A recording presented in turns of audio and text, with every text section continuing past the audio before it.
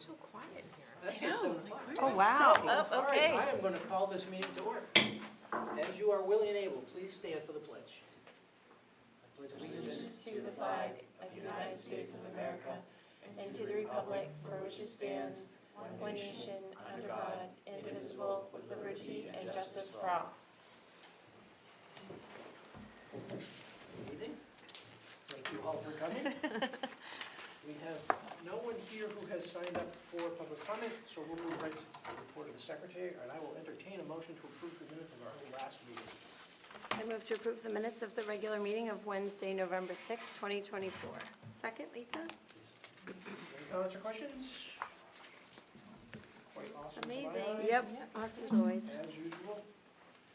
All in favor? That is 5-0, thank you. And that moves us into the report of the chair. 2 items on my list to talk about tonight. First being the town officials meeting that we had on the 13th of November. Yes, Notes? Yes, I did Would you like take to notes. speak, and I'll follow along? absolutely. Fill in what- yes, if you consider. Yep, or if my voice If your voice fails, dies that's- out. Sorry. Okay, so first we started with an update from Elliot, from Mr. Sullivan. Their budget process is underway. They are seeing many of the same struggles as everyone else with health insurance increase. They're looking to hire 2 new police officers. And they're working, I think, with the state to try to find a way to make the program, the training for police officers a little, like, so they don't have to, like, leave their families for months at a time, and to have something sort of a little bit closer and a little bit shorter duration. So they're looking into that and working with the state for that. The SRO is still going to be funded. Traffic update, as always. There's a study underway from Kittery to Depot Road, part of 236, and there's construction that's going to likely start there in 2027. And the intersection at the middle school will have an improved pedestrian aspect, so that'll be good. And no roundabout. And no roundabout.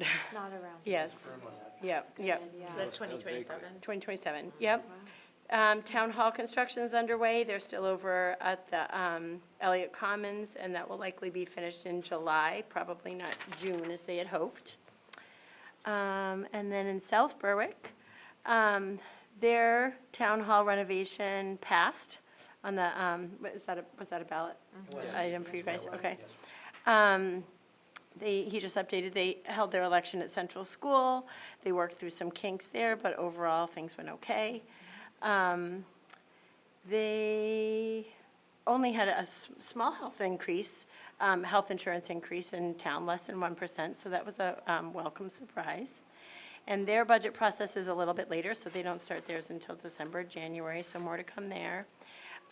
They talked about the traffic signal again here in front of the high school, and that hopefully there might be some confirmation on the horizon that there might potentially be a light there, something to help slow people down and facilitate pedestrian crossing there. So more to come on that.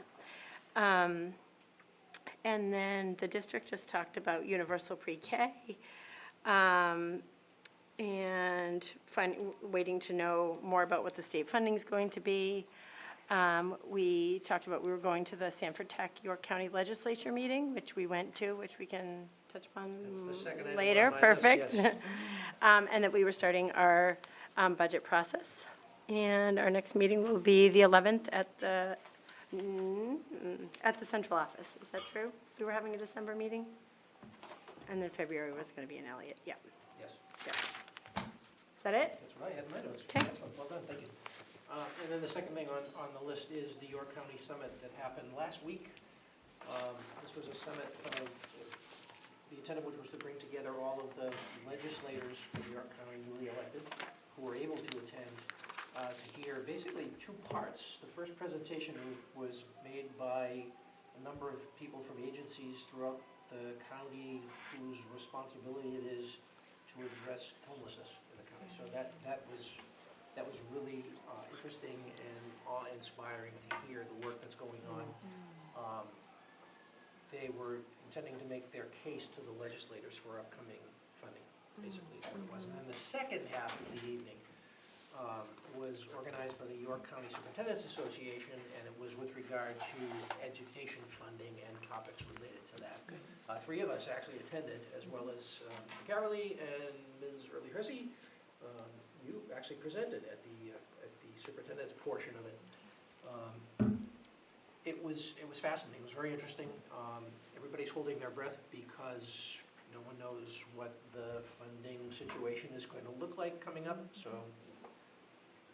anybody who was there want to add to that? No, I think that covers it. Representative Meyer was there, so we got to chat with her a little bit, which was nice. Okay. Great. All right, great. That concludes my report and brings us to the report. Awesome. I'm really excited to share this with you tonight. I had an opportunity on Friday to go visit York County Community College with an incredible opportunity for some students at Marshwood and some surrounding schools, and Rob Scully has been doing this work as part of his ELO work, working with the shipyard, so he's going to kind of give us an update as to where things are with our ELO work.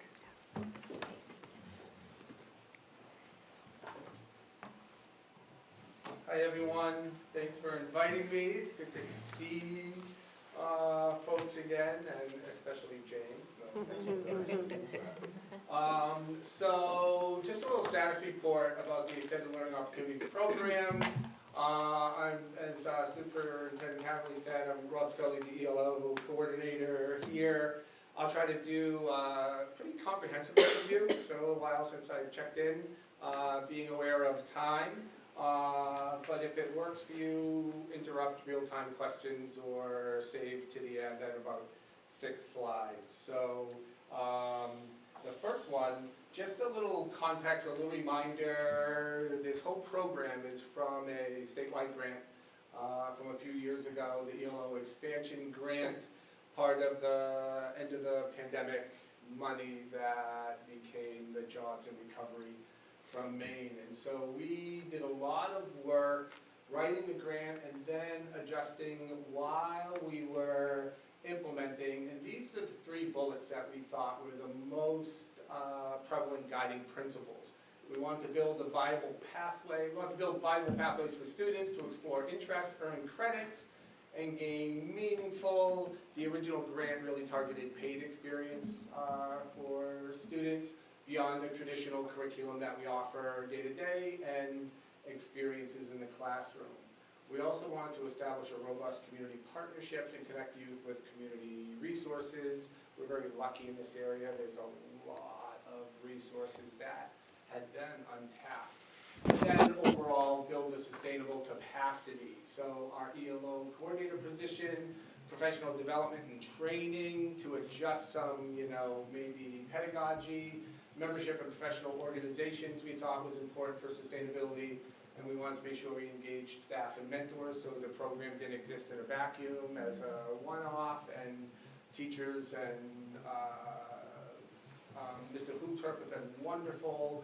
And then we also next-gen technology, so there's a lot of stuff out there in the tech world that we've been able to access. So just some quick data. The first year, we had grades in 11 and 12 were our primary focus. It was program design, pilot implementation. We had about 27 student experiences and 15 partners. Last year, the second year of the program, introducing another grade, 10 through 12, and the focus was phased implementation. It was ready, fire, aim sometimes, and it was sometimes, hey, the whole thing was built, now let's get a student into it. It has been beyond exciting for me in this new role. We had about 45 student experiences. That's about 66% growth, as you'd see in a new program as, the first couple of years. And we had 24 partners for about 60% growth in that realm. And so, to me, that suggests, if you build it, they will come, and we were ready for that type of programming. I'll get a little bit more specific what the experience looks like, because there could be anything from a one-off interview with an outside expert to bringing a guest speaker in. These were, kind of experiences that a learning plan, and they were built for students, personalized specifically. This year, we have grade through 12, grade 9 through 12, full implementation. We have 45 students on the books right now for semester, which is wonderful. Projected based on how many students are going to be in the career exploration next year, and how many students have come to me through the counselors and Miss Lontine making recommendations. So we're projecting about 82 student experiences by the end of this year, and that's huge growth. But what we had kind of thought from the beginning, when we were planning this, we did like a 3 to 5 year kind of projection in the program. And 30 partners for about 37% growth. So that's just some context as I go through the rest, and as I said, real-time questions, feel free. So the framework altogether, just so you kind of get a 10,000 foot, when I say ELO, specifically a student experience, we begin in September with either students in my class career exploration or one-offs with that class didn't fit student schedules. I work with them individually and they get the same experience. It's just done a little bit more self-directed for those one-off students, and during their study hall, they meet with me regularly. So what we do is we do interest inventories, we do assessments about job skills, personality assessments. We do some resume building early, and then we 100% personalize a curriculum for the students based on those assessments and those interests, etc. When I taught English for years, it would have been the equivalent of when students came in, instead of handing out the syllabus and saying, here's the book, this is the essay, I would have said, what do you want to read? And how do you want to go about it? And why is it important to you? So it's that kind of analogy. And then we start, this word's really important, then we start creating some relevant connections. So based on those inventories, assessments, they start to kind of build a profile for themselves. And then the relevant connections is what's going to lead to that authentic learning. It is everything from motivation, inspiration, to the really beginning seed for career or college exploration. Those connections could be virtual or in person. Around second quarter, we start to identify the actual resource or the partner that would be part of that learning plan. And then right around now, literally right around now, for one student today who just sent off his application for a job, the applied learning or the site-based experience begins. So I hope that gives you some context. That would be a semester. If a student is with me the whole year, keep following that line with that line. And we will have some students who will be essentially in work studies next year where they're doing their curriculum, but their experience is more work-based. Maybe clarifying it, we'll call him Brendan. Almost his name. So he comes in September and he confirms an interest in the trades. So we create a personalized curriculum for him based on what job skills might be necessary if he wants to go into the trades. The work-based learning and the employability curriculum is from, I really just do this real quick. Pathful is, let me jump into this and give you more context. So Pathful is our technology, our learning management system for students. So Kyle Lontine has been wonderful. She and I did a lot of research. We discovered Pathful.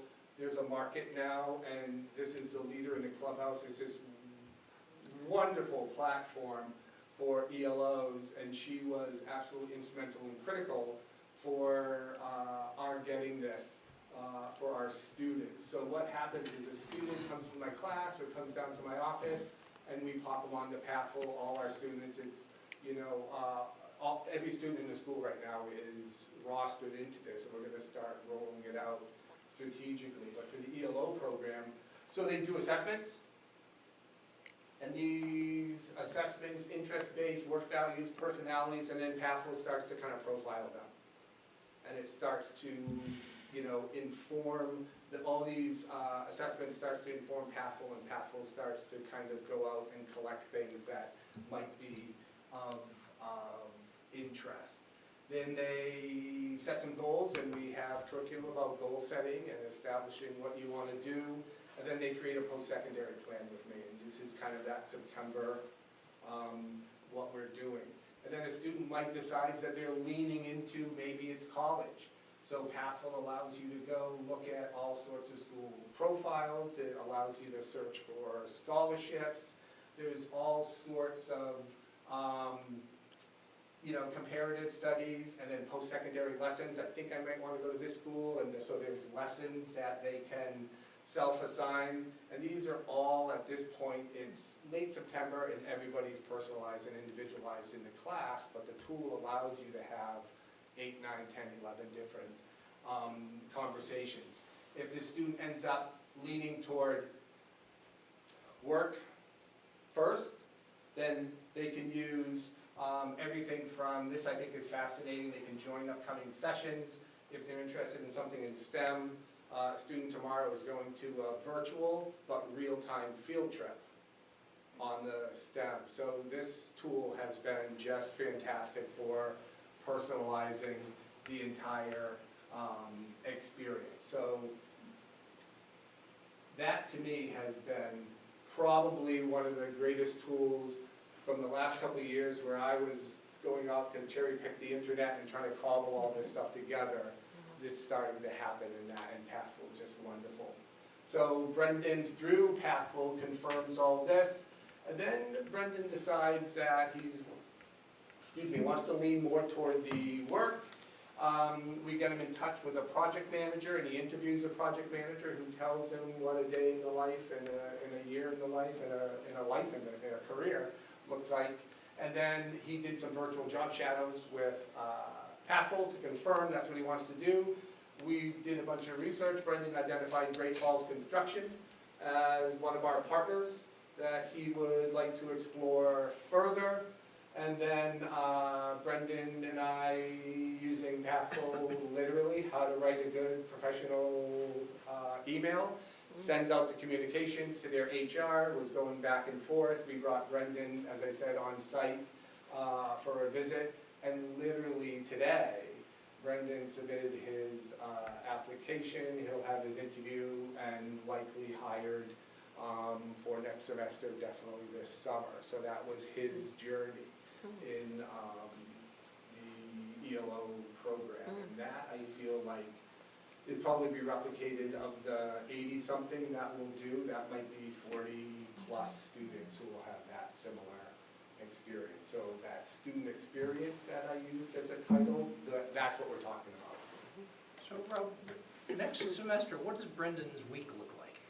Brendan's week next week. So Brendan's pretty ambitious. He already has another iron in the fire where real estate development and that type of thing. So Brendan's week next semester could look like a YCC dual enrollment course, intro to business, 1 to 2 days at the job site. Every 2 weeks, if you're doing a site-based experience, you're with me doing the reflections and checking in and how's the learning going. So yeah, it would be in the classroom, or we have ELO, if it's period 4 or 8 deliberately, we have my class. So it's not fair to a student to say, hey, you're gonna have this great ELO, but you can't get home until 7:30 because, right, and so Mr. Cavalier, Mr. Hoof, everyone has been wonderful about that. So that's how we code them. There'll be career exploration, ELO early release, and so the parents are involved and that type of thing, so he would be. Any credits involved? Yeah, it's all elective based right now, so these are elective credits. And so what he'll do is he'll go, and the partnerships at Great Falls is wonderful. So as part of that, this stage, can I see what finished carpentry looks like? Can I see what excavation looks like? Can I see what electrical looks like? So by the time the year ends, he will have had all that experience, he would have networked, and he could, do that job seasonally if he wanted to go off to college and that type of thing. And how do the students get enrolled in your class? Is it identified by like through guidance or? Yeah, like, so year one, the grant had language where we had kind of a targeted group we wanted to hit, but now it's just in the program of studies. The counselors, know their students pretty well. My class, until this year, probably was the students who this would be great for, but maybe not self-directed as, hey, let's meet every 2 weeks. So, yeah, it's in the program of studies, a student could sign up for it. Sometimes counselors usher toward, but the beauty of it is you don't have to be in the class. I could build this for somebody, and our meeting could be period 2 when we meet, and then they would, have time in their schedule to work after school. We are seeing that as we get closer to articulating these, and these hit the culture of our school a little bit more, that scheduling might be more deliberate. So if That a makes student comes and says that maybe they had some sort of experience they were looking to partner up with, they Yep. could come to you and say, Yep. this is what I'm thinking. Yep. Yeah. okay. Yeah, absolutely. Yeah. How is this, how would this student get sort of funneled this way as opposed to a Sanford Tech program? So Sanford Tech is still, magic wand, everyone who wants to go to Sanford, Sanford Tech is still, the priority of that program. It's all self-contained, it's in their schedule regularly, et cetera. This can serve the Sanford Tech student who then says, oh, okay, comes out of Sanford Tech, gets off the bus, takes English, and then hook them up with me, and I'll pick them up here, Yes, yep, not here. yep. Right. So it's a win-win. Or, darn it, you didn't get there, I can't recreate that level, but I can get this. Does that make? Okay, yep, Yeah. Because it's very competitive to get over to Sanford Tech too, like there's so much interest and then there's not only so many people can go to, Yeah. right? Yeah, and at the beginning of, Mr. Cavalli kind of pushed this idea, so at the beginning of applying for this grant, it was, oh, great, we should have a program like this, and we get up to number 2 or 3 on the list was, oh, it's also a potential solution Yeah. as our applications went up, Yeah. and, Another you know, option yeah. for kids. Is So- it, Go ahead, John. it's interesting that Sanford has, really 5 programs that are really difficult to get into, and so cosmetology is really, really hard. Welding is another example, something really hard, and so they're changing their formula of how they do things, and so we have more students at Sanford this year than we've ever had before. I believe it's 64 students. Oh, wow, There at Sanford. We also have partnered with Dover. Dover added, I believe, 3 different programs that we've made accessible to students. So we now have about 20, it was 22 early, I think it might be 21 now, students that attend the Dover Voc. So one of the things we need to look at is that now we have about 80 students attending a vocational program for half of their day, or a portion of their day. And so looking at those numbers, but it is definitely growing with the need of kids' interest. So, and they're adding new programs. I believe next year they're doing like an athletic, they call it athletic training. They're trying to do like introduction to athletic training skills or fitness training, and then they may also be looking at doing a theater technological Oh. opportunity where they can learn how the lighting and sound, Yeah, and so really kind of, that's hopefully, I think, a year down the road. That's really cool. My next question was going to be, the slide you showed the trend over the 3 years, and everything looks amazing. Expanding down through the grades, the number of partners expanding the way it has, the number of students expanding the way it has. Is there going to be a supply and demand issue here shortly, or are we still, do we think we're in good shape to meet the demand? Slide 6. Okay, sorry. Okay. And that was. I'll wait. Comes the sales pitch. I have very little pride, so I will, whatever you think I did in this, sure, I did. We were so ripe for this in the region, Yep. as a district, that the growth doesn't surprise me. So a lot of this stuff existed, and I was able to call them together and maybe articulate so that's why the growth, so it'll slow down a little bit until it doesn't, because I do think that we will have a maximum density issue that I think, we have some solutions for already. I don't mean just our district, our region, and as Mr. Cavalli just said, the vote, they know, it's, They know. yeah, and that's, whether you go back to the 70s with Foxfire experiential learning, or whether it's the pandemic, Yeah. Whatever it is, it's definitely just a really exciting time Yeah. in education for that authentic, career-connected learning, because there's so many resources out there, and there's a real strong spirit. And Rob would never say this, but, you know, we are really one of the leaders in the state of Maine because of the work that Rob's doing. And so the Department of Education, our representative was there on Friday at YCCC and just sang the praises of Rob and the work he's doing in the area school. So just, you wouldn't know that because of Rob, but that's he's ignoring me right now. So. Yeah. Real quick, the tools and resources, just because, as I said, it's been really, really important, and from the beginning, the conversations that we had, as I said, with Mr. Caverly and Heidi, this can't be in a silo, in a vacuum, because most ELO programs, not because they want to, they exist over here, and a small percent of students get to access them, and, you know, it's just, you know, capacity and resources. So one of the things that I really wanted to do was create a learning plan that, we won't go through the whole thing, but this is Brendan's learning plan. So when students meet with me, the area of interest, their reason, we create goals, you know, just like a class would. Here are the things that we're going to focus on. These are the reasons why we want to study them. What are your goals? And then we do an essential question: what knowledge, skills, and certifications, licenses are necessary to become a carpenter? And that's now the curriculum. We identify some partners, the mentor time, a communication plan. So all these links are for students. I'm saying, okay, what's your communication plan? How are you going to speak with your boss? And then we might discover through the assessments, communication came out low on my, you know, skill set. So they go to Pathful and get units and lessons on how to communicate well. So it's been fascinating, where when I used to be in the classroom, it was pushing a lot of stones up the hill. Now it's up there coming down the mountain at me. Like, hey, can I do this? And it's just that idea of, if you engage students and you do some interest-based, the learning. Really excited about this, the Maine Life and Career Readiness Standards. That's what we use for the standards of the class.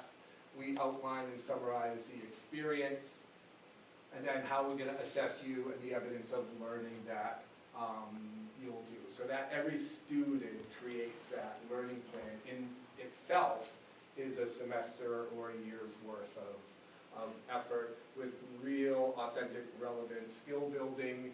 And at the end of it, what we're going to try to do this year is more of like a public exhibition of sorts. So if not the end of the semester, definitely at the end of the year, maybe a step-up day or something where we set this room up with presentations.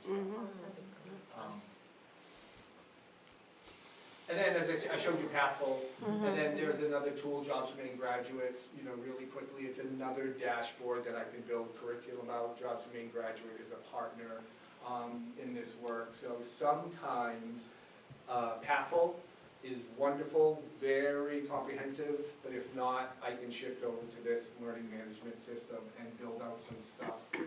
And MOOCs, the massive online open content, we steal from that a lot, edX and Coursera. So we have all these great resources. And that to some degree scratches at your comment or question, Joe, about capacity. And, you know, like, there's tons of resources out there to serve the students. There might be, you know, 100-to-1 ratio of personalized learning might be something that we have to address. But So, Rob, is Jobs for Maine Graduates an open resource, or is that just for students in high school? yeah, it is. Like, I think if you could be in Iowa somewhere and, you know, Google something. Is that what you're asking? If it's yeah, because I see that it's like the Canvas LMS, so I'm just wondering, like, how can you get in? Yeah, so right now, it's brand new. They shifted from this older platform. So you would have to be invited in Oh, I see. from them, yeah, right Okay. now. But I don't know if they're going to put themselves out there in that world, you know what I mean? But Okay. they just did this huge lift to a different platform. So Marshall was invited last summer to be I part of their research and development, and I looked at it over the summer and offered some feedback. But any school in Maine Can do it, just yeah. emails and says, hey, can you send me the link? Yes, Yeah. okay, but the MOOCS is an open resource. Yeah, that's the, I don't know if you're familiar, Ryan, how am I doing on like 10 minutes? Normal for you, Rob. edX and Coursera, Udemy, Yeah. and all those, yeah, Okay, Those it's all types of- just combined, yeah. okay. So we use this, if a student, we can't find anything in Pathful, nothing in the jobs for being graduates, we go into here and we'll use that for some, I have a student right now, so Brendan's story, take out carpentry and put in coding. So I have a student right now who's not gonna leave the building. He's taking coding classes and we'll do some projects with that, and we're doing something from our Coursera open source. Oh, okay, great, Yeah. that's good, thanks. Yeah, and that's, as I said, where we used to come up short, and you have to limit your offerings for students. Oh, sorry, great idea, but we don't have access. To be honest with you, I haven't found something yet that we don't have, That's awesome. you know, that we don't have some Thank access to. So, come down the home stretch. 100% equitable access has been a buzzword from the state. That was the original grant. We want 100% equitable access for students. That wouldn't necessarily be the Brendan scenario. So what we did from the beginning of this is that we looked at and took that very literally. So we have what's called direct, individualized, personalized ELO serving approximately 70 to 100 students, the Brendans. If that makes sense. Experiential, applied, community-based, career-connected, job shadow, service learning, etc. But there's something to be said for creating a culture that sends the Brendans my way. So that's that 100%. So we have indirect or classroom group-based experiences. They're providing access to 100% of the student body. Ms. Lontine will be presenting Pathful to the sophomore class. Oh, good. So we'll roll it out earlier, so it'll be their 4-year creative portfolio. The least amount that a student will get is a place to search for colleges or jobs. There's a job board where you can literally go and it's all the metadata for who's hiring in York County on there. So at the very least, so what will happen is, and she, as I said, she's been wonderful, she'll introduce it to the sophomore class, get them familiar with it, and then as we go through, it could be advisory-based, it could be classroom-based, but what it will start doing is getting outside experts and mentors, guest speakers, field trips. You could use Pathful and say, I would like to talk to a marine biologist in December. There's a calendar where you can go on and set up with a marine biologist from the University of Miami who will come into your classroom for, so exposure, 100% equitable access, all students will have access to that exposure, and to some degree the planning and all that stuff. And we're kind of excited about that because what we think it does is it takes it from here and brings it down. So 100% of the students will be exposed and could get anything from a job or college scholarship information. And then we get down to like the Brendans of the world where they're actually, and what percent of the school that you're serving with these. So that's our goal, and quite frankly, that's the premise of the ELO Grant 2.0 that we just wrote and sent in last Friday. There's another little bite at the apple. And so I'll finish up with just some highlights and what moving forward. So the program capacity, just really excited about where we are and what kind of growth and the fidelity of the experience. 32 career interests from 45 students, everything from animal science to tattooing. We had a student visit this great tattoo artist That's up cool. in Portland recently to check that out. Coordination with the Career Center, Ms. Lontine and I, this space, we've kind of, really adopted it, and there's some great intersects, and it's led to some wonderful programming, like the Career Pathway program. So real quickly, last Friday, Mr. Cavalier mentioned, Portsmouth Naval Shipyard is a great partner, Pratt Whitney and the Federal Aviation Administration. The goal is to have this in the program of studies, literally this title, the Career Pathway Program. So we've really worked hard to create partnerships. So the thinking is this: Portsmouth Shipyard does their workforce development and their outreach program, they will promise 3 to 4 visits to the school. It could be a science teacher commits next summer if we get the grant to the training and says, hey, I'm gonna take this unit and authenticate it, and instead of doing this, we're gonna do that. Portsmouth Shipyard people come in, give the project, are part of the assessment. Then they also come in for informational and demonstrations. We hold one event, and we just coordinated York Community College, which is still free for seniors this year. Portsmouth Shipyard came in with their STEM pop-up, and I've been working with the Department of Labor to make apprenticeships more accessible, because that's a hard thing to get into. So last Friday was our first Career Pathway program event, and they had one-to-one resume writing workshop and mock interviews at this event. So they literally walked into a room, here's what the shipyard has to offer, or Pratt Whitney, or the federal, and then go to community college for a tour to see the corresponding associate's degree or workforce development training, and then sit in front of somebody from the shipyard and say, hey, that's a great resume, what I would do, and then have their resume, et cetera, et cetera. We're gonna replicate it with Pratt Whitney, we're gonna replicate it with the Federal Aviation Committee. Pratt Whitney is gonna be this spring, I can invite you to those events. They're gonna come in here twice, we're gonna take a tour there. There's going to be an event at the Sanford campus, and then they're going to do an application workshop after the tour. That's good. Applications will be due May 2nd. Interviews a week after that, and we would have a signing day like the sports teams do. That's so Well, cool, I that's love it. awesome. That's Yeah, great. and so these career pathway programs, we're really, really excited about building those out. That was the College and Career Connections Fair. That's kind of our title for those.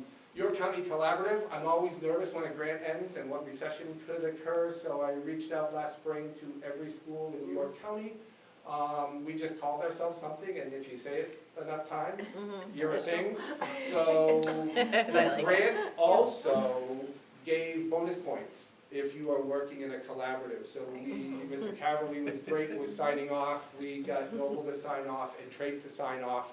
So we will be the facilitator. Marshwood is the kind of conceived and is facilitating this. So we're really kind of proud of that. So the York County Collaborative, so even though the original grant left, there's a second grant, so there's a bite at that. But when those things end, we want to keep the momentum going, so we will share things. So for example, Trape has this great boat building program that we could, get some access to, and then they would come up for our Pratt Whitney and do it here, and that type of thing. So we're really excited about the York County ELO Collaborative.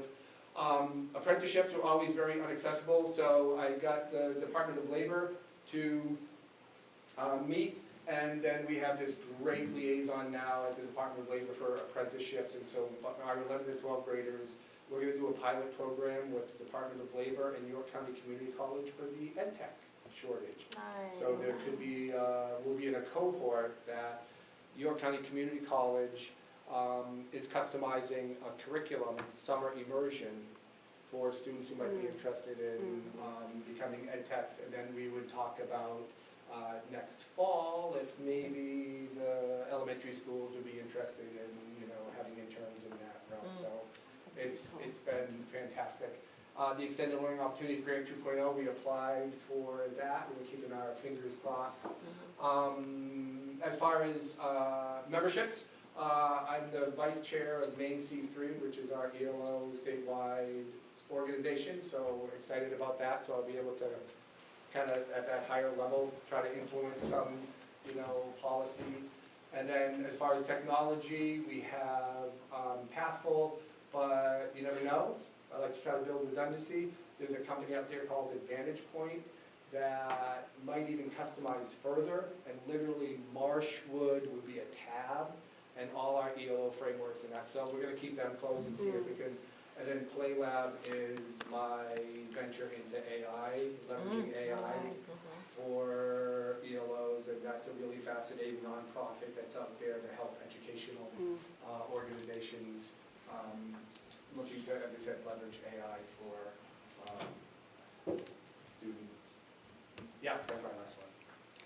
Excellent work. Awesome. Wow. Yeah, Yeah. these are all great. Spectacular. That's So awesome, You're- so exciting. So I think one of the challenges that we are going to start to face as a high school is that education doesn't look quite like it did 25 years ago. Right. Right, it's not, you know, Yeah. 8-block day, everyone takes the same classes, and so there's an opportunity here, there's the dual enrollment courses at YCCC, there's, you know, there's an expanded SRTC and Dover vocational opportunities, and so as we start to build the budget, we have to account for that somehow. So that's some of the work that we have to be able to look at, because, you know, there's only a finite number of students. And so I just want to be able to kind of give you that, this is all great stuff, but we are, you know, people might be like, that's not how I did it when I went to school, and yeah, you're right, like, that's, it has changed, right? So this is a lot more world has customized changed. learning is the term that was really popular 10 years ago, and that's where we are right now. Sure, it's awesome. Rob, you're amazing. Awesome, thank you Thank so you. much, Thank Rob. you. That's great. Great to see you again. Thank you. Wow. It's really, as I said, the idea of, a lot of this was there, and cobbling it all together and knowing that this is the group that I get to present to is really, really helpful. So thank you for, you know, permission Awesome. granted Thank to you. go out and do this type of work. And Wow, fingers it's fingers really- crossed on the Thank grant. you so much. Yeah, Yes. fingers Yes. crossed on the grant. Listen, it's really easy to have ideas. It's a whole nother thing to actually implement. So, Yep. I mean, cobbled together, whatever you want to call it, it's a Yes. lot of work, and it's really amazing how it's turned out. I'm sure you'd love to hear us talk about, but you were more than welcome to leave. If you I want. was Have a good Yes. night. You can go. You can- Thank you so Thank much, you. Rob. Good to see you. Next on my agenda is we see some great news regarding Marshwood High School. We were just informed that we are one of the top 10 schools in the state of Maine according to gradeschools.org, based on students' enrollment and their ability to succeed in college. And so they track that data, and so Marshwood High School is in the top 10 with that. So it's just a great little piece of data for you. It's something that we're really excited about, and we continue to see, you know, good things as we evolve at Marshwood High School. So excellent news. Can I ask you to repeat it? Because it's so excellent. No, Yeah. Next, I've asked Ryan to present just kind of the numeric look at kind of what the projected enrollment for next year may look like. This is one of those first steps as we start to project our budget for next year. So we want to really have this piece around as we carry forward classes, as we move kids to the high school. There is a little bit of a shot in the dark of the pre-K numbers that we shared with you in the past. So Ryan's going to share that with you. The other thing is that in December, I will put the class size policy on the policy committee's review, because that really for our work as a district office, as we start to prepare the budget, those are critical numbers that we use as frameworks to be able to build our budget. So we just want to make sure that we're all in agreement, or we know the parameters that the board would expect us to be able to follow. So Ryan, you want to go ahead and share? Good evening.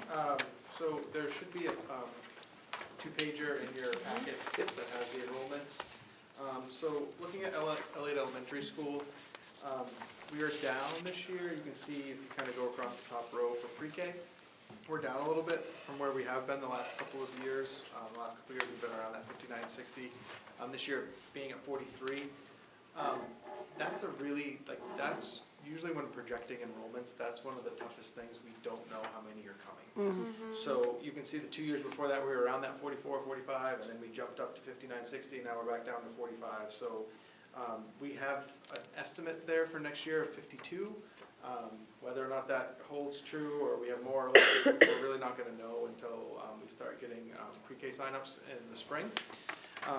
But just keep in mind when we're staffing those pre-K rooms, what's really tricky is the state requirement that basically we have to have one adult for every 8 students. So with a teacher, we can have 8 students. With a teacher and an ed tech, we can have 16 students. We cannot exceed 16 students, so it gets really tricky when we don't know how many are coming and then trying to staff those rooms. So just keep that in mind. Everything else, we kind of take the current year enrollment, we kind of slide it down. That has worked pretty well for us in the past. That one other grade where we have a little bit more growth, usually is that kindergarten group. So we're estimating there's a group of students out there at Elliott Elementary. We have 43 pre-K students. We're going to estimate that we're going to end up with 53 kindergartners next year. There's going to be some students that didn't come for pre-K that are going to come for kindergarten. So those are the two numbers that we kind of look at every year. We try to use that 2-year average. Because our enrollment was so low for pre-K this year, we dropped it. Instead of using the 2-year average for K, we went down to 53 students. But just trying to look at what we've done in the past and trying to have like a pretty good estimate. As you go through, the other thing to keep in mind is we're looking at staffing, and the school board's policy is the staffing allowances for kindergarten and first grade are 14 to 18 students. When we get to second and third grade, they jump to 18 to 22 students, so there's a discrepancy there. So that does impact staffing. Like if we have so many first grade teachers, we may need a different number of second grade teachers, even though we have the same number of students in the cohort going from one grade to the next, just the way the numbers work. So that's just things to keep in mind as you're looking at the policy. Central School, we have a high number of pre-K students this year, so we have 84 students. We're projecting to go to 80 next year. Again, that's kind of the 2-year average, and that's kind of worked pretty well. 2 years ago, we had 58 students, so like it really is, it's kind of a crapshoot looking at those numbers, like trying to put those numbers together. But we're gonna go with 80.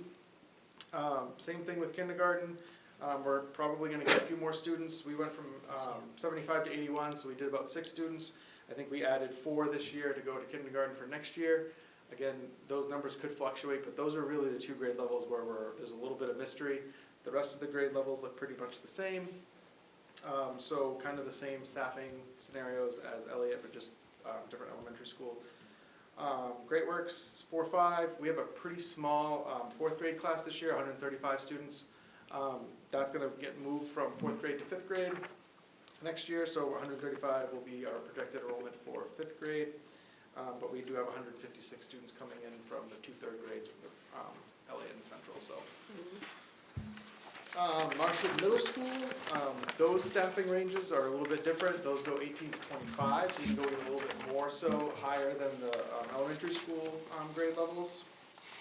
The one thing to keep in mind when you're looking at enrollments at the middle school is 6th grade is just our students. When we get to 7th and 8th grade, we are projecting to add in the Rollinsford students, which is why you usually see that little jump between 6th grade and then 7th and 8th grade. And then the high school, those class size allowances are a little bit different as well. We do 15 to 25, so they can go a little bit smaller due to things like AP classes and things like that. But projecting basically that we're going to have pretty flat enrollment at the middle school and the high school. Really not a huge difference in the number of students year over year. So as the board looks at the class size policies next month, and then we can start saying, okay, those are solidified, and then we can start looking at how we're going to staff to make sure we can give them. And the CDS kids aren't in this because they don't apply to the EPS formula. That is The correct. And 3-year-olds are not in here, the Yeah. 4-year-olds are in here. Yeah, okay. 4-year-olds, the regular 4-year-old. Yep. Yep. That's Any what I- questions? Yes. How does the ELO program and its potential growth, or even where it is now, affect the rest of the class sizes that we have that those kids wouldn't then be in? Correct. So feasibly, not guaranteed, but feasibly, wouldn't that save us money potentially based on numbers anyways? Like if one less teacher would, It certainly could. And I it think could, but that- it's that- not guaranteed, but it could, depending on where the lines are. So one of the tricky things that they were, in the midst of talking about right now is that we build the budget and really have that conversation in March. A lot of times, the acceptance into the vocational programs and the confirmation is askew with that. And so Oh, no.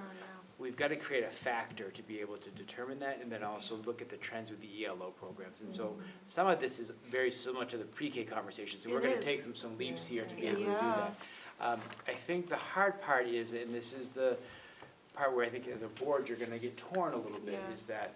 that roughly speaking, your first year and second year of Marshwood High School are gonna be about the same. They're basically the required courses that you need to take. It's more that junior and senior year when you have those electives and more you can customize things. And so, as you eliminate things, typically the things that we need to look at are those things that are more of the, less of the masses, more of a customized learning opportunity for people. And so that's, I think, the conversation that we have to have. And so some of those things are really clear, like, if we have, 8 people in a class, that really doesn't justify running that class. If we have 13, that's probably a different conversation to have. And so that's some of the work that we have to do, and that's why we're beginning those conversations now. I did meet with the principals on Monday and say, like, we need to start thinking about this a little bit differently. And so the other issue that I think we need to look at is that the elementary schools is their schedules, because duty coverage is a real thing at the elementary schools, and making sure that when we have 60 kids out of recess, that we have adults out there to supervise that and being able to manage that. And so it has come up a couple of times, particularly in one of the buildings this past year. So we're looking at all of those things to be able to kind of gauge numbers-wise where we're at. So. And it may, as Rob was talking about his program, if it reaches his critical mass, like he can't accept more, it may be we have teachers that are available in the building that, oh, well, your sections aren't full, like maybe we can take a block from a teacher and they can help Rob do his, Yeah, those types of things. So like it's right. So finding you're not efficiencies, so you're not Yeah, cutting to cutting. do something else, you're kind Right. of just Right. allocating resources Yes. differently. Yeah, I was thinking like also in terms of funding ELO, 100%. Yeah, so. And so, Kind of being creative with and that's that. always a very tricky thing, Yeah. is that when do you make those reductions? Yeah. And I'll be frank with you, we did a budget presentation where we were really clear that the numbers don't necessitate, a full-time position, and we made that decision. For some people, that was a catastrophic decision, even though Yeah. students didn't lose out on anything. It was just a matter of, they had one block to take something rather than two, and so just being able to really be transparent with the community and the staff when we make those decisions, and just Yeah. making sure we have some type of factor to be able to measure that by, so. Can I ask one more thing? Would, the universal pre-K, which I know is just a maybe, is that that would be what year would be the starting year for that? Pre-K. No, but what, 2026? 2026? That's really what's up for Okay. debate. Okay. And so, there's a real cost for this. Right. To do Yeah. that, that's Right. real. That's why, we've applied for a grant, Yeah. which basically would give us, basically 1 year of reprieve from the hiring of 3 educational technicians, Yeah. which would kind of give us that $140,000 bridge to be able to ease into something if the board decided that they wanted to go that direction. Yeah. So that's really the conversation that we need to start to have and then be able to open up that, that piece. As I said before, it's not just the money part either, it's also the physical space that we have Space, yeah, available that's to be able the- to Right. do it. that's So the hard other thing. part. So, Yeah. Right. so Central School is reaching capacity, not Yeah. that we don't have space in individual classes, but when you start breaking things up with the number of teachers versus number of classrooms, there might be room in a classroom, but there may not be room for another teacher, which would be required by, the all-day pre-K. Right. Because basically, it's gonna be in double, because you Yeah. go from 16 twice a day, which is 32 students you can serve, to 16 once a day. Right. So you're basically doubling Right. that. Right. Yeah, so. Gosh, it's complicated. So, so the tricky part with the budget, and, this is how I try to do everything, right or wrong, is that I try to get all the variables that I know before we make a decision. And so we're waiting for the grants, we're looking at the numbers, we want to get more clarity on how does CDS help us when we try to build the budget. Yeah. Those are all things that are out there, and Ryan and I, at this point in the year, are having daily conversations to try to start to, how do we strategize to be able to maximize the resources that we have? Because ultimately, our job is to educate students, and so Yep. what's the best way to do that, the most cost-efficient way to do it, so. Okay, great. Remind me, where are we at with it? Where's the state at with the universal pre-K? So the state initially, I think, Initially said, we gotta we're do it. we're doing it, Right. and then I think all of a sudden people are like, And they're like, whoa. we don't even There's have room, the like, yeah. financial Money. piece, Yeah. and then Yeah, the money wait a piece, second. and then we also have schools, and I think, people who were at the presentation on Thursday, is just that people can't find some staff, and so like, there's limitations, and so Yeah, They and our basically said they taxpayers encourage are like, whoa, hold on. we're maxed Yeah, out, yeah, right? And yeah. so, I think, Yeah. just trying to find that balancing act. And so I think it's really important to have the pre-K teachers present, how does this benefit kids? We're not gonna, I'm just overly talking right now, but the rationale isn't because we can have, kids being there 6 hours a day. Like, what is that 6 hours a day? How does it What does benefit it kids? Like, what's do? the What's academic the expectations? purpose? What's the social expectations? What's the behavioral expectations? Like, what are those things that we want kids to be able to grow as a result of this? What does data tell us? And so that's what we're going to ask the pre-K teachers to do as we start to get closer to this process. Yeah, okay. The CDS program's half-day, correct? Currently, it's half-day. The CDS 3-year-old program is half-day. And then we have the CDS 4-year-old program, which is integrated into our other pre-K program. Right. And so those students are getting services throughout the day. We also have a high-cost in-district placement where we have students who have more severe needs at Elliott Elementary School, where we have about 7 students right now, Ryan. And that's a self-contained program, and so that's the other cost center. They don't necessarily know how to budget for that, and so that was really important for us to be on the ground floor of this, because we have all 3. We have the pre-K, we have the 3-year-old program, and we have the high-cost in-district placements. So Right. those are all things that we're trying to figure out. Thank you for the reminders. Yeah, I no, can't it's remember good. where we left off. So they've backed way up, they haven't, but we've already kind of started the conversation with the community, so. So you kind of create where- this expectation for people to be Right. like, it's just gonna happen, Right. and so, that's what, would not be strange for me to get an email from a family saying, where are we at with this? Right.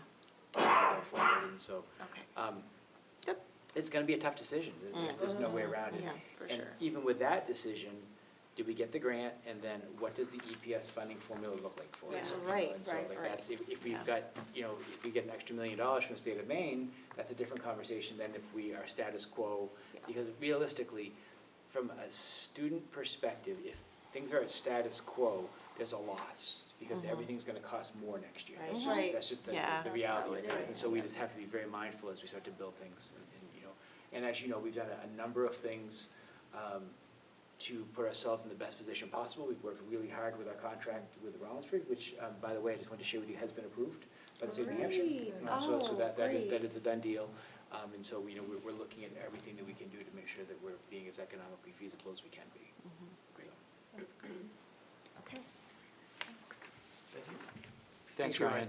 Thanks, Ryan. I received a potential request. It was more of a question, but I do expect the request is coming for a teacher asking for a sabbatical. And so a sabbatical is different than asking for a leave of absence. So a sabbatical is an opportunity for a staff member to go do something that would benefit the students of Marshwood, where they would receive a portion of their salary and benefits to be able to go and do this. We haven't had a request for one of these probably in 15 years. And so we're going to be working, the central office will be working on kind of some guidance, what other districts are going to do, but ultimately that will be something that will come to the board, where the board will have an opportunity to hear that and be able to make some decisions. And so things that may be factors, what is the benefit of the students? What are the economic commission, situation they're in as we review this? Like what's the plan for, to staff for students, like those are all Right. things that we have to take into consideration. So there is no set rubric for this, so just so you are aware of that, but it will come forward to the board, and I will give some guidance once we kind of get further down the road.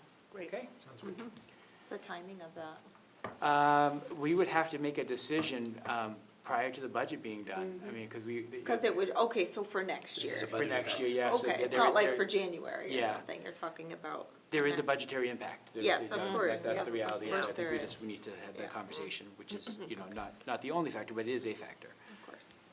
Just want to remind everybody that on December 18th, we'll be having our legislative update, where we will have both Tiffany Roberts and Michelle Meyer will be coming in, and just to kind of talk about the state of Marshwood schools, and also just kind of some things that we see on the horizon that may be helpful for us as we start to go into the school year, into the budget year, and also into the, as the lawmaking session.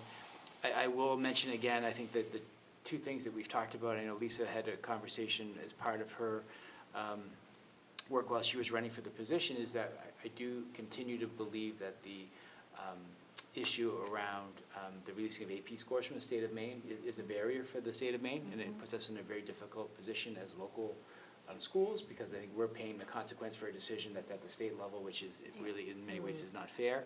And I also do think that I would love to be able to put on the table the idea of, if we're going to do this all-day pre-K, which I do think there's value to, that we are given some more flexibility than the 16 to 2. Daycares have much more flexibility than we have, and so at least even to have the ability to go 1 or 2 over, not different than how our class size policy is, as opposed to having that hard number of 16, because that really creates issues. And my concern is, I wrote in a letter to Representative Myers and Representative Roberts, is that when you budget for pre-K, you really got to be careful, because you can't just have a position sitting there just in case, because that's a budgetary impact on the community. Yeah. But at the same time, the way the rules are written right now, if I budget for 2 teachers at Elliott Elementary School, and, that's 32 students, and then a 33rd student shows up, that requires me to hire a new teacher on the spot to be able to service those students. And so, it's a really, like, this is real. Yeah. And I don't necessarily know that when we make laws, we always think about the reality of how this impacts students, impacts districts, and how it impacts staffing. So. I also wanted to mention a thought that on January 8th, we had talked about doing kind of a board workshop for an hour or so prior to that, where Joe would reach out to each one of you and just kind of get a topic for an agenda. And so as we start to talk about that, one of the things that Joe had mentioned at our last meeting was the idea of kind of a board self-assessment. So that might be an opportunity to talk about that a little bit more. I think also for me, and I know for Ryan as well, it would probably be helpful to start talking about budget priorities that the board may have, to be able to kind of get a sense of those things that are important to all of you, and so that we can start to build that. I don't want my budget to be presented that's contrary to what the board wants, what the will of the board is. So I think it's important to have those conversations. So I'd like to put that out to all of you to see if that would make sense. Yeah, I think Yeah. Is that okay? I think, yeah, Definitely, budget yeah. discussion, I wonder, definitely. with this much far in advance, if we could just move the wellness meeting to the second meeting of the month, or like, just so we're not losing it. Yeah, I was wondering if maybe they did it remotely. We did it via Zoom or Google Meet, but I'll talk to Dr. De'Aaron and see if there's anything that we could do, or if we could even move it to a different time. Yeah. Okay, yeah. we're Because just the early. reality is we could run it at the same time as the facilities and finance meeting, because there's different people involved. So True. I think that's something that we could look about, Yeah. but I just, I know for me. That's true. That's actually so true. You know, so- Yeah. So I Good think point. it's just from, we're gonna start to get more answers towards the end of January, and to at least kind of like, to determine what is the problem that we're trying to solve. I think that Yeah. for me, that's a really important part of this process, is to be able to hear that from all of you. That's great. I did want to share with you that unfortunately, Dylan Hanley has resigned as Director of Transportation. I want to wish Dylan well in his new endeavors, and we appreciate the work that he provided for us. At the same time, I do want to recognize that Denise Frick will be serving as the Transportation Coordinator, and she's basically the boots on the ground person who's going to be there every day, working with the drivers. We also have a person who will be doing, I'm going to use the term like a sub-caller. We call it oh my gosh, I had it in my head, I'm losing it.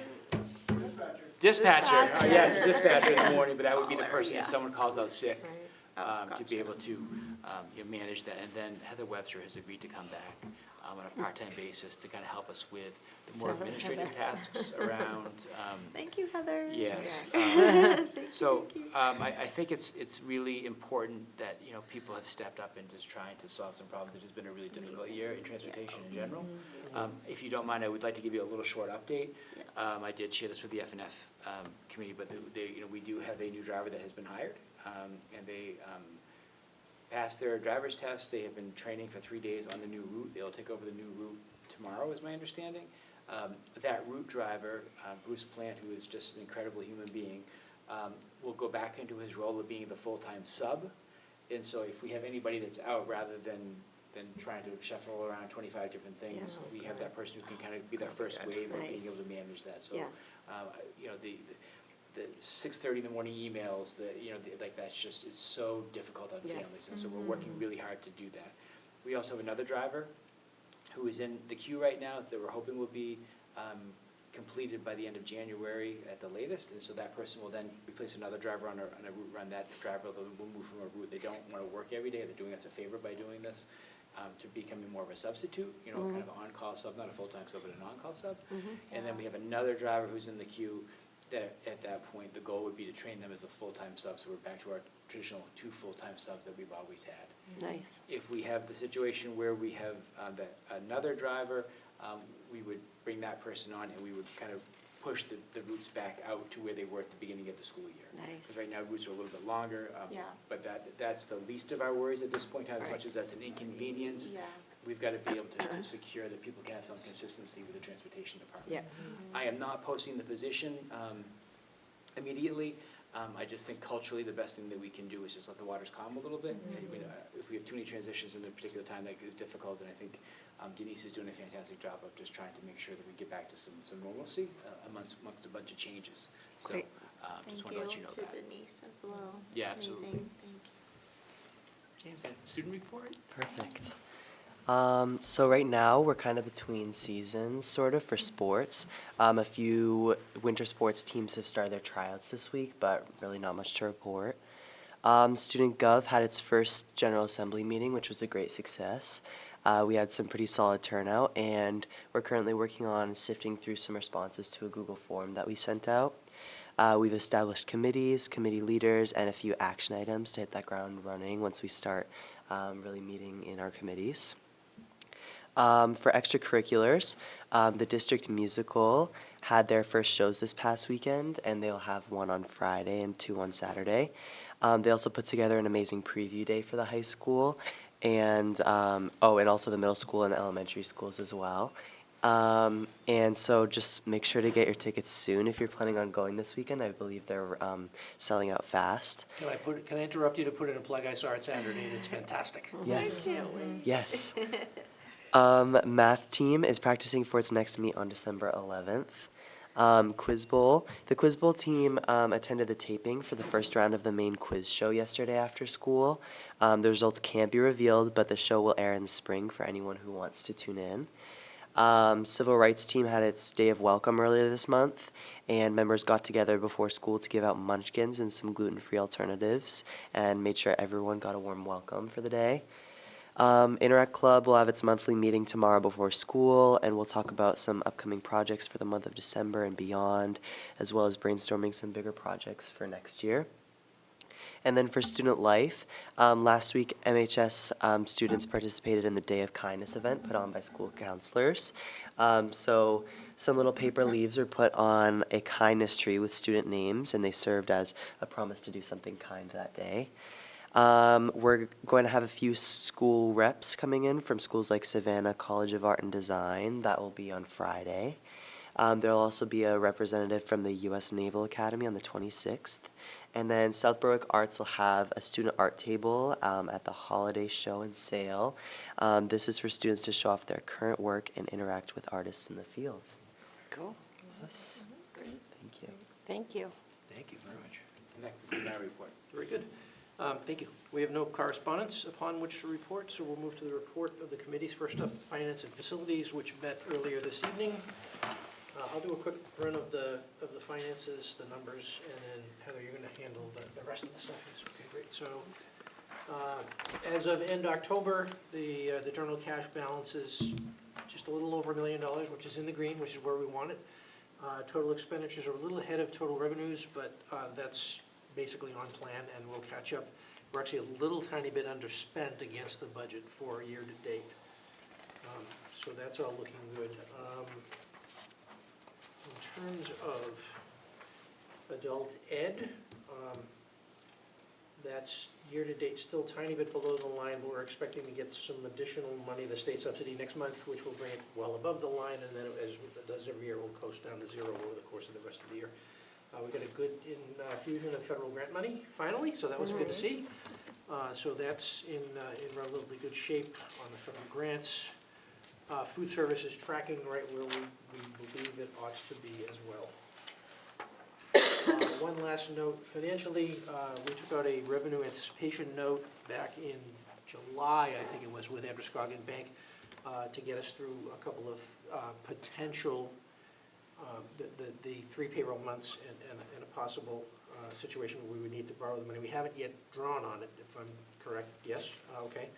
But because we have another 3 payroll month coming up in January, there's Ryan is currently looking into extending that note via an allonge,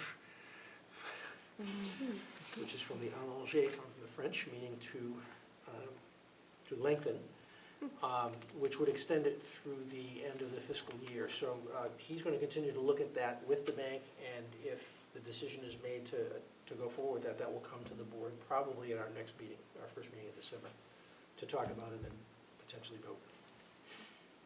Okay. Yeah, please. In terms of the facility update, there's the new entry door at the high school is functional, and we're pricing out a blower to prevent the office from getting super cold. We are still short that outdoor custodian, so there's a part-time substitute filling in until the snow flies. We'll look to fill that position in the spring. I'm going to skip the transportation update because Superintendent Caverly already covered that section. The SVPP grant, the central office front entrance is complete. We're still waiting for the swipes for the entry to be installed in the back of the building. In terms of the food service update, seems to be a milk sourcing issue at the Great Work School. We use bags of milk and dispensers. Oakhurst isn't available, and that is a product that the board wants to support and to use for our students. So we've asked Chartwells to work out the issue, figure it out, and come back to us with some other options so that we make sure that we continue to use the best milk possible for our students. And then there's a student tasting event at the high school on 12/3. It'll be a tofu, a basil stir fry, or beef patty melt. That's it. Sounds delicious. Thank you. You could put basil in the stir fry. I know. Yeah. That sounds good. Okay, next up, education policy met apparently earlier today as well. Yes. We have some first reads as a A result couple of of it. first reads, Anything else and from the meeting, please? there was a rescind, but I was just looking for it on here.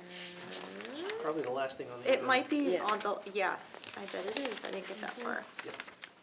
Yes, it is. Very good. All right. Okay, anything else about today's meeting, or we'll get to the reads shortly? Okay, last committee, Wellness SEL will next meet on December 4th, which is just before our next meeting. So we'll get a readout from that at that time.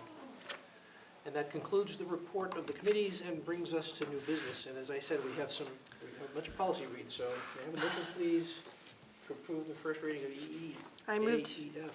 Oops, sorry, I was trying to get a head start. I move to approve the first reading and discussion of policy EEAFF, video cameras on transportation vehicles. Can I ask you to Oh, sorry. reread the letter codes on that? Oh, EEAEF? EF, yeah, I Oh, think you did said I? FF. Oh, did Just want to make I sure was that the with you motion. too. I was thinking of that. I want to make sure the motion was Oh, correct. sorry, Yeah. oops. Okay, Yeah. Second. thank you, Rebecca. Okay, anything to say about this? This is a new policy. New policy. Basically just letting people know that we have these video cameras and notices given to parents probably, I'm guessing, at the beginning of the year. And not all of our buses have them just yet, but as we get new buses, they all will have them eventually, Yeah. as we switch out the buses. Great. They're very expensive, but it's a state requirement now. So Okay. so Yeah. We can phase it in over time. That's- Very good. All right. Any other comments or questions? All in favor? That's 5-0. That's a first read. Motion, please, with regard to first read on JLCF. I move to approve the first reading and discussion of policy JLCF, pediculosis, head lice in schools. Second, Lisa? Okay. This is also a new policy. Can I, do you mind if I comment on Please. this? And so this seems to be a conversation that happens yearly, and I think, particularly at the elementary schools. And so our policy hasn't changed. We're still going to follow the guidance, the American Pediatrics Association, the state of Maine. But by doing this, I think what we're doing is giving parents a place where they can go get their hands on something if they have questions. And so basically what it talks about is how we manage that. I think a lot of times with how lice may have been managed when maybe I went to school is probably very different than how it can legally be managed now. And so, for instance, if we have 2 or 3 cases in a classroom, we can't send a class letter home to, a class of 10 students and say, there's lice in your classroom, because then it becomes too personally identifiable, and that would be a FERPA violation for those students. And so, but we could send a letter to the entire school saying, please, we want to be a resource. We have found an uptick in lice. We want to be able to help you with that, and certainly contact a school nurse. And so we want to be good partners, but at the same time, we also need to protect the confidentiality of students and families. And so this policy allows us to kind of be a little bit more out in front of the message, rather than answering questions. We can say this is what we're already doing, so just a little bit more transparency, I think. Gives us something we can point to when the Correct, question correct. arises. And it is not a recommended policy by the MSMA, but they said if you were going to do it, this is what you need to do. And so when we met today, I think we were in agreement, I think it was unanimous with the policy committee that this makes sense. Yep. I think we could just take out the principal in parentheses in the first sentence of the second paragraph, Okay. or other appropriate person, and just kind of leave it at that, or Yep. should it be the principal, do you think? I thought we talked about leaving it as principal in the meeting, didn't we? We did, Okay. yep. So Okay. take out the question Take mark, out maybe. appropriate person, just put school nurse Oh, or okay, so principal. make it principal, sorry, I missed that. Yep, Okay. so they can make that change. Okay, any other comments or questions? All in favor? 5-0, thank you. We'll see that again in 2 weeks. And then, a motion please to approve the first reading of, I move to approve the first reading and discussion of MSAD 35 Affirmative Action Plan with accompanying job descriptions for Affirmative Action Office and Title IX Coordinator. And Jen? thank you. So this is not a policy. This is our plan that we have as a district, and also the accompanying job description. So we keep it with the policy so parents can have access to it, because we refer to it quite frequently. So we're only going to do the one reading tonight, because it is not a policy, but we wanted to make you aware of it. I also do think it's important for people to have an opportunity to look at the role of the Affirmative Action Officer and the role of the Title IX Coordinator, because without exaggeration, that is probably more than half of the time that is spent by Ms. Hurley Hersey in our office, managing investigations and managing complaints in those areas. And those areas are continuing to grow.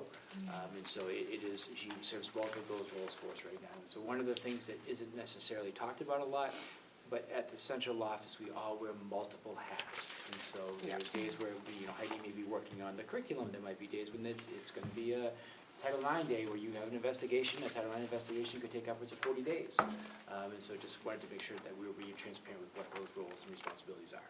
Very good. And the policy committee worked on this? Yeah, we did this already. Excellent. Yes, Yep, okay. Will this go up on the website, correct.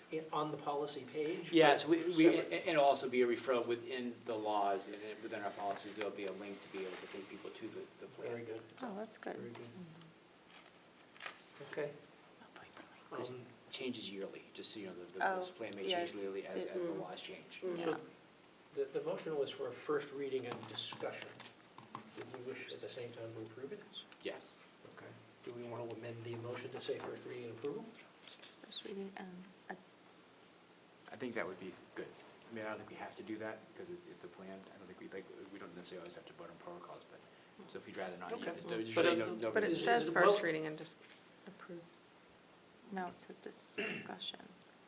Yeah, but when we deal with policies, we typically say first reading and discussion, Yeah. second reading and approval. Yeah. Oh. Yeah, but it's not really a But policy. it's not a policy, Yeah. so as long as it's understood by the board as we Yes. vote, Yeah. that this is going into effect once we vote. This is what we do. Okay? This is what we All do. in- Any other discussion?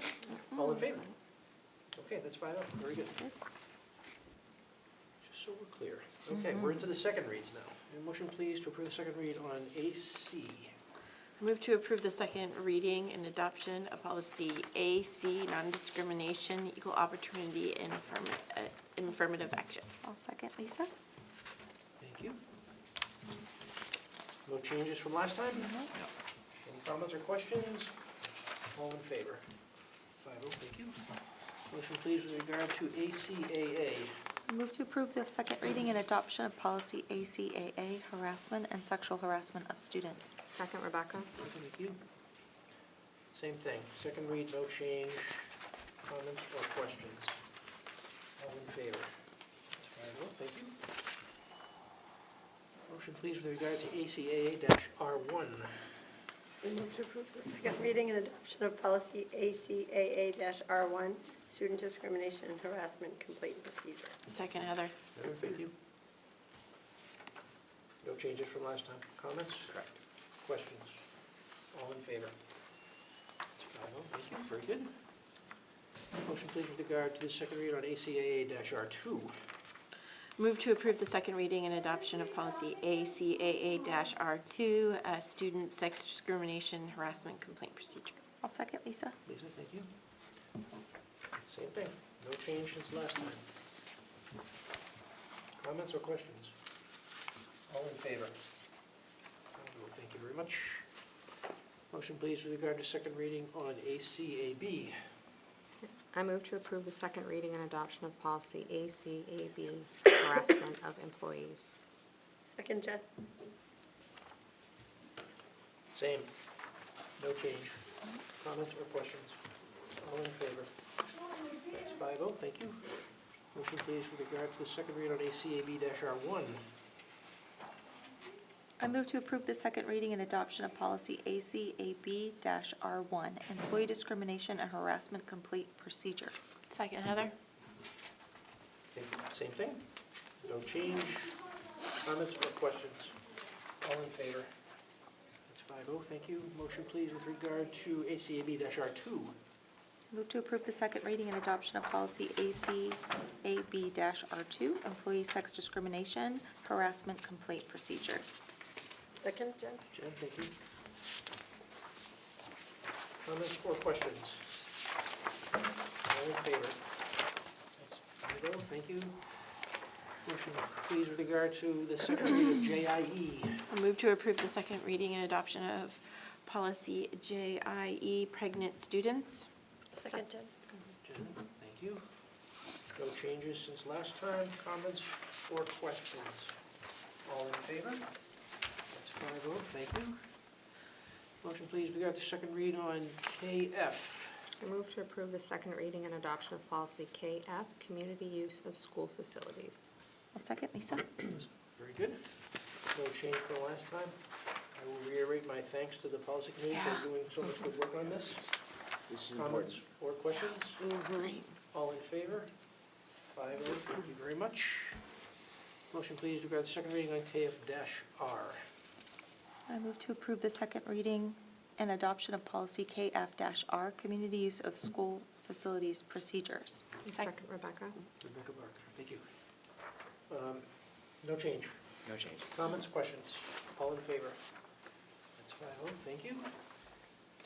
Motion please with regard to the second reading of KF-E1. Move to approve the second reading and adoption of policy KF-E1, MSAD 35 facilities use form. I'll second, Lisa. Okay, I got Lisa on that.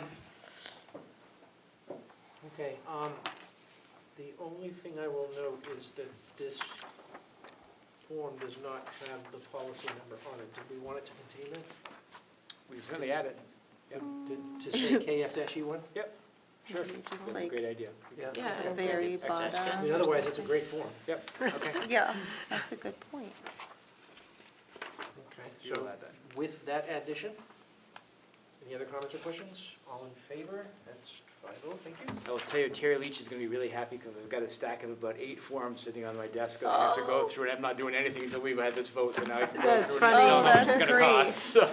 That's great. This is great to have it used right away. Did it work for people? Like, people like filled We it? haven't Like- gotten that You haven't gotten that far, so, like, okay. we gotta- Yeah. Okay, we'll see. Okay, last piece of new business is a rescind on EDC. May I have a motion, please? I move to rescind, is that how you? Move to rescind. Yep, I move to rescind policy EDC-use of school district equipment by non-MSAD 35 staff.